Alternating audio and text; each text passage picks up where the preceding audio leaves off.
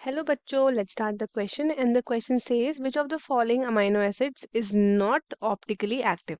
Option A है हमारे पास glycine, option B है हमारे पास वेलाइन, ऑप्शन सी है हमारे पास ल्यूसीन एंड ऑप्शन डी है हमारे पास isoleucine. So let's start with our key concept. The key concept of this question is optically active amino acids. Optically active amino acids. अब optically active amino acid क्या होता है? Optically active amino acid क्या होता है? इसके पास क्या होना चाहिए? इसके पास होना चाहिए चाइरल सेंटर. चाइरल सेंटर होना चाहिए. तो अगर उसके पास चाइरल सेंटर होता है, इसका मतलब वो क्या हो गया? वो अमाइनो एसिड होता है हमारा ऑप्टिकली एक्टिव. अब हमसे पूछा है इन चारों में से कौन सा अमाइनो एसिड जो है वो है नॉट ऑप्टिकली एक्टिव. तो सबसे पहले हम देखते हैं ग्लाइसिन. तो ग्लाइसिन के बारे में देख लेते हैं. ग्लाइसिन ये क्या है? तो ये एक हमारे पास अमाइनो एसिड है जो कि क्या है? ये एक नॉन असेंशियल अमाइनो एसिड है. नॉन असेंशियल अमाइनो एसिड क्यों है? क्योंकि हमारी बॉडी क्या करती है? इसको सिंथेसाइज करती है. और ये जो है बेसिकली ये क्या होता है?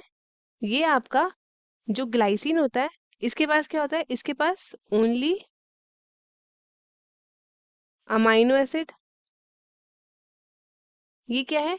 ये ओनली अमाइनो एसिड है जिसके पास क्या है? चाइरल कार्बन नहीं है. इसके पास चाइरल कार्बन प्रेजेंट नहीं है. अब क्या होता है? इसके पास क्या प्रेजेंट है? इसके पास है दो हाइड्रोजन एटम. हाइड्रोजन एटम जो कि अटैच्ड है किससे? ये अटैच्ड हैं सेम कार्बन से. तो इसलिए ये क्या है? ये है हमारे पास ऑप्टिकली इनएक्टिव. ऑप्टिकली इनएक्टिव है हमारे पास.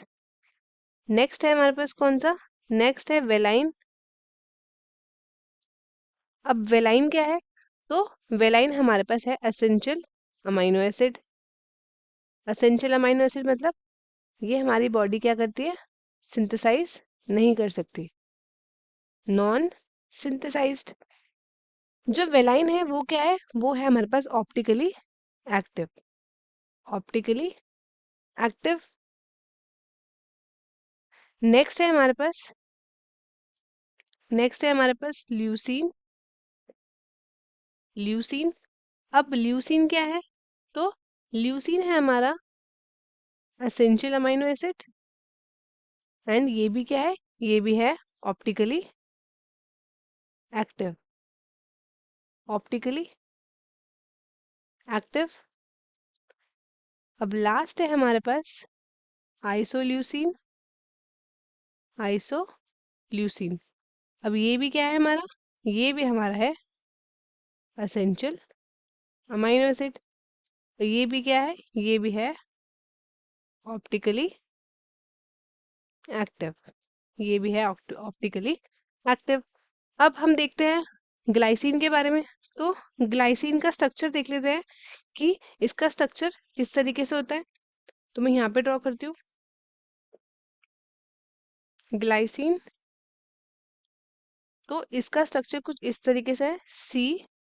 COOH यहाँ पे हाइड्रोजन के साथ, यहाँ पे हाइड्रोजन एंड यहाँ पे है NH2. तो ये हमारे पास क्या है?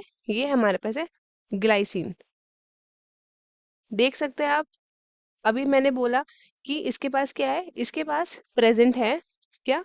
इसके पास प्रेजेंट है दो हाइड्रोजन जो कि अटैच्ड है किससे?